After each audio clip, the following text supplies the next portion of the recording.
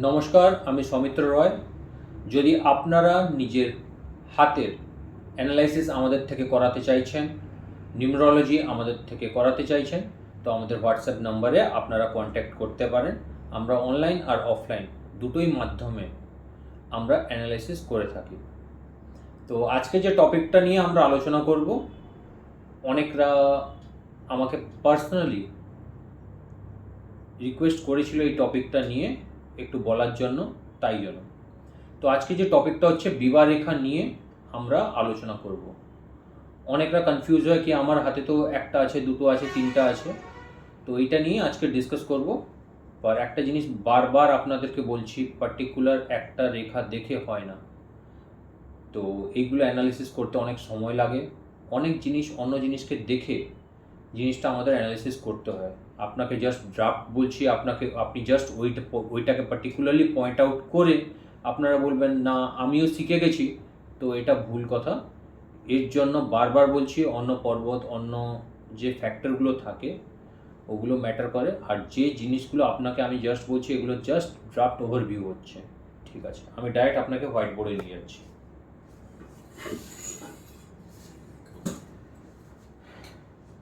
এটা আপনারা হাতের একটা ছবি দেখতে পাচ্ছেন। আমাদের হাতে এই পার্টিকুলার জায়গা থেকে আমাদের হৃদয় রেখা হয়, কখনো কখনো এরকম যায়, কখনো এরকমও চলে যেতে পারে। ঠিক আছে, এটা বেসিক্যালি হৃদয় রেখা। তো হৃদয় রেখা আর কনিষ্ঠ আঙ্গুলের মাঝখানে যে স্পেসটা, এই জায়গাটা, এটাকে বলা হয় বুদ্ধ পর্বত। বুদ্ধ পর্বত থেকে এখান থেকে যে লাইনগুলো বেরোচ্ছে আর এখান থেকে দুটো আলাদা আলাদা জিনিস হয়, এগুলো ম্যাটার করে। এটা হয়ে যাচ্ছে আপনার হার্ট লাইন, এটা হয়ে যাচ্ছে বিবাহ রেখা।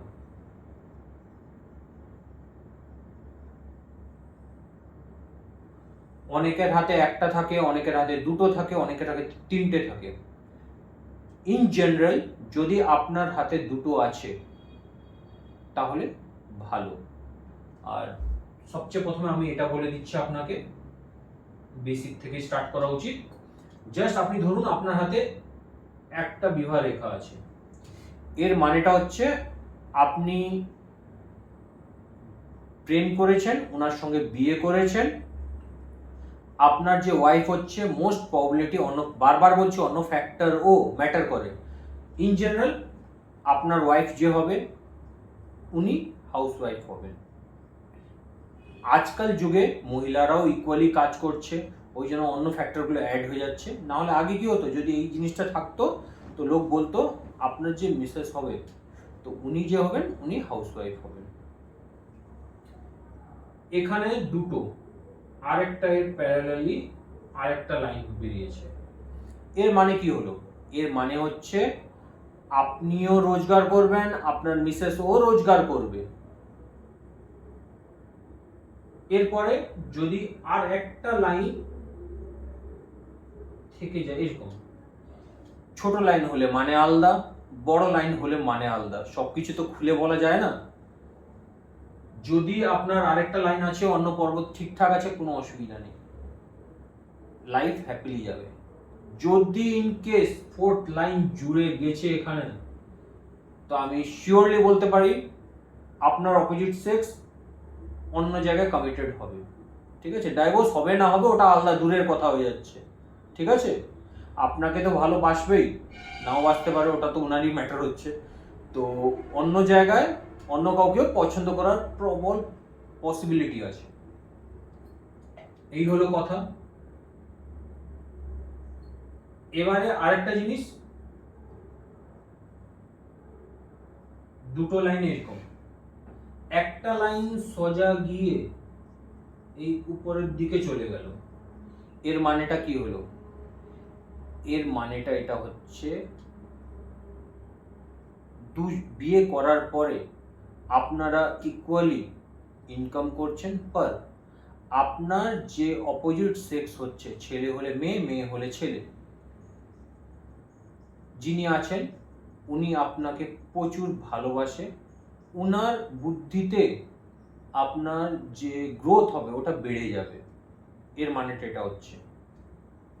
যদি এটা এরকম না থেকে এরকম হলো, এর মানে এটা নয়, এর মানেটা হচ্ছে আপনার কি হচ্ছে, অপোজিট সেক্স আপনাকে আইডিয়া দিচ্ছে, আর ওই আইডিয়াটা প্রপার কাজ দিচ্ছে না, এটা হলো ব্যাপার। প্রবলেমটা কখন আসে, এই লাইনটা যদি এখানে টাচ করে যায় তাহলে সমস্যা। সমস্যা মানে কেমন, তাহলে আপনার যে অপোজিট সেক্স আছে উনি আপনাকে ছেড়ে অন্য কারোর দিকে একটু হলেও অ্যাট্রাকশন ফিল করতে পারে। অ্যাট্রাকশনের পরিভাষা অনেক বড় হয়, বোঝানো মুশকিল। যদি এটা ক্রস করে যায় এই লাইনটা এরকম নিচের দিকে, এর সঙ্গে অন্য ফ্যাক্টরগুলোও যদি হয়, তাহলে একটা ফ্যাক্টর চলে আসছে ডাইভোর্সের দিকে, ইয়া তো ডাইভোর্স দিচ্ছে না আর আপনার সঙ্গেও সংসার করছে না, এটাও হতে পারে।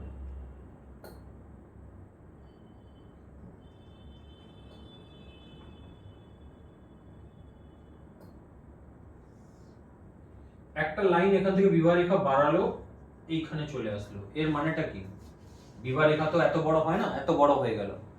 এর মানেটা হচ্ছে আপনার যে যার সঙ্গে বিবাহ হবে, ছেলে হতে পারে, ছেলের মেয়ের সঙ্গে অপোজিট সেক্স যে হবে, উনি খুব ইন্টেলিজেন্ট হবে, ইভেন তো এটা হতে পারে সরকারি চাকরি করছে, কেন্দ্র সরকার রাজ্য সরকার থেকে সহায়তা প্রাপ্ত করছে, এটাও হতে পারে।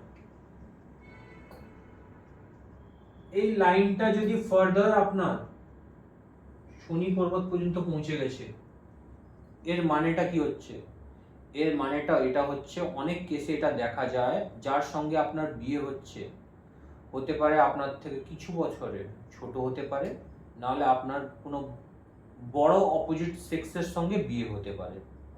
আপনি যদি ছেলে থাকেন তাহলে মেয়ে, মেয়ে থাকলে ছেলে। এবারে এখান পর্যন্ত পৌঁছে গেছে, এর মানে কি হচ্ছে, শনি কার কারক হয়, পয়সার কারক। ওর দিক থেকে ওনার সঙ্গে বিয়ে হওয়ার পর থেকে পয়সার আগমন যেটা হয় ওটা বেড়ে যাবে।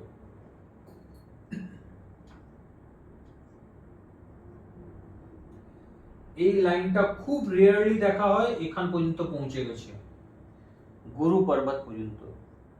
তাহলে এর মানেটা কি হচ্ছে, যার সঙ্গে বিয়ে হচ্ছে, আবার একটা জিনিস বারবার এটাকে ফট করে দেখে আপনি এটা বলে দিবেন না কি এটা হচ্ছে হৃদয় রেখা। হৃদয় রেখা আর যে বিবাহ রেখা দুটো আলাদা আলাদা জিনিস, একে বুঝতেও নর্মাল হাতে এই সিনারিওটা হয় না। 1% লোক থাকে, ইয়া 0.5% লোক থাকে যাদের হাতে এই লাইনটা হয়। 0.5 অনেক হিউজ কথা বলে দিচ্ছে, খুব কম লোক থাকে যার হাতে এটা হয়। এটা থাকলে কি হচ্ছে, যার সঙ্গে আপনার বিয়ে হচ্ছে উনার আসার পরে আপনার যার সঙ্গে বিয়ে হচ্ছে উনি উচ্চ কুলের থাকবেন, বয়সে সমান্তর হতে পারে, একটু কমও হতে পারে, নিজের ভিতরে একটু রাগ থাকতে পারে, ধার্মিক দিকে উনার আসার পরে ধর্মের দিক থেকে আপনাকে অনেক উপরের লেভেলে নিয়ে যাবে। তো এই নিয়ে আমি বিবাহ রেখা কমপ্লিট করলাম। আর যদি আপনাদের কিছু সমস্যা থাকে, কিছু জানতে চাই, আপনি কমেন্ট করে বলতে পারেন, আমি ওতেও আপনার উত্তরটা দেবো। Thank you.